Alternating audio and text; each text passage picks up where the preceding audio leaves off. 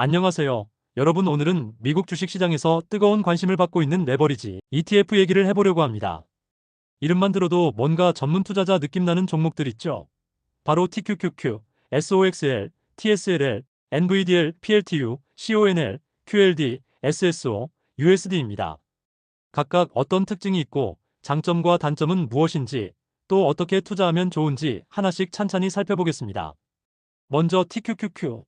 나스닥 100 지수를 3배로 추종하는 ETF인데요. 기술주가 강세일 때는 수익률이 그냥 폭발합니다. 엔비디아, 애플, 구글, 마이크로소프트 같은 빅테크가 치고 올라가면 TQQQ는 말 그대로 날아가죠. 하지만 반대로 떨어질 땐 손실도 3배, 진짜 놀이기구 타는 기분 납니다. 그래서 장기 보관용은 절대 아니고 단기 트레이딩이나 강세장에만 써야 하는 상품이에요. SOXL은 반도체 지수 ETF인 SOXX의 3배 ETF입니다. 요즘 AI 열풍 때문에 반도체 업종이 핫하잖아요. 엔비디아, 브로드컴, AMD, 인텔 등이 들어있어서 업황 좋을 땐 상상 이상으로 오릅니다. 장점은 AI 호황기에 큰 수익, 단점은 사이클이 꺾이면 곤두박질, 타이밍 싸움이 전부입니다. TSLL은 테슬라 2배 ETF입니다. 테슬라가 잘 나가면 짜릿하게 오르지만 기업 리스크가 그대로 반영되기 때문에 변동성도 심하죠.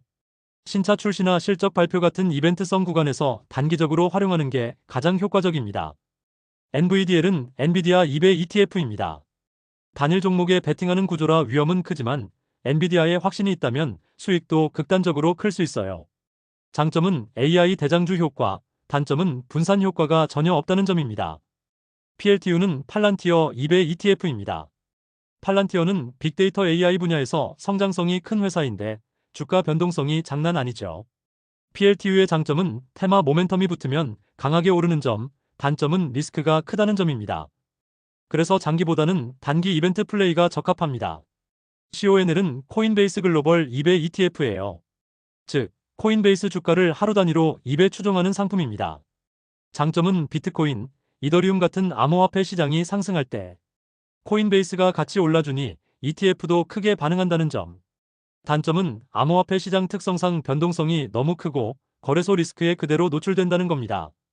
투자 방법은 코인 시세 흐름을 보고 단타성으로 활용하는 게 맞습니다. QLD와 SSO도 빼놓을 수 없죠.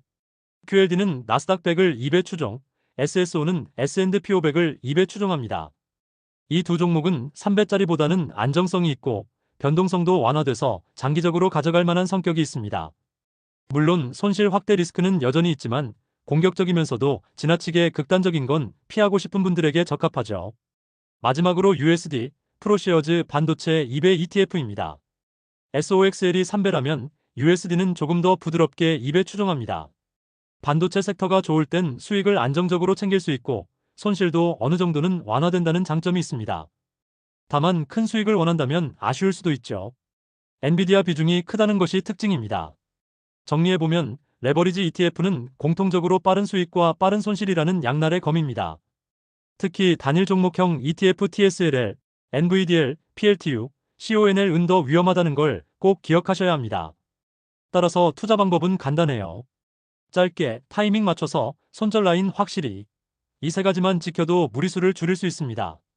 결국 본인의 투자 성향에 맞는 상품을 고르고 시장 흐름을 잘 읽는 게 가장 중요합니다. 여러분, 레버리지 ETF 장기 투자하면 안 된다고 다들 얘기하잖아요. 근데 도대체 왜? 나스닥이 장기적으로 오르니까 TQQQ나 SOXL 같은 거 오래 들고 있으면 더 좋지 않을까? 오늘은 이 부분 깔끔하게 정리해 드릴게요. 1.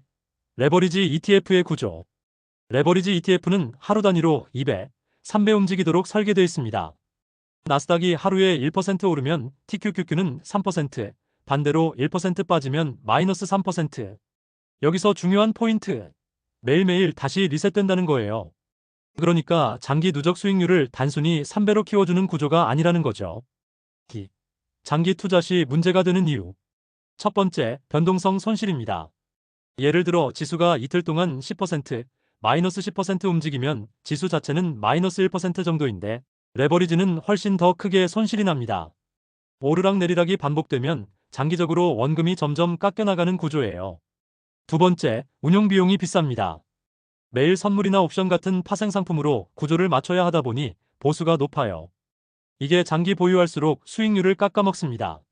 세 번째, 시장 충격에 취약합니다. 큰 하락장이 오면 레버리지는 회복하기가 훨씬 더 힘들어요.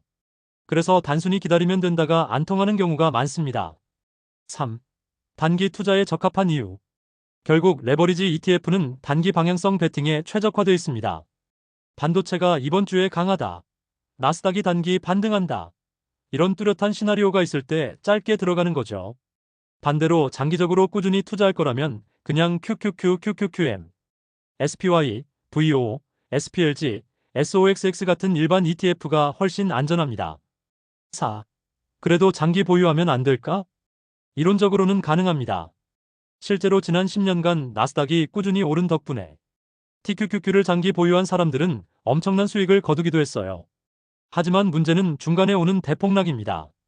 코로나 때, 금융위기 때 이런 급락이 오면 손실폭이 너무 커서 다시 회복하기가 쉽지 않아요.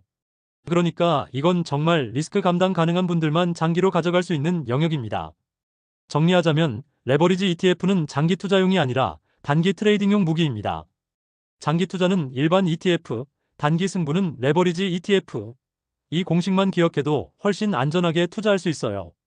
자, 오늘 영상 도움되셨다면 구독과 좋아요는 사랑입니다.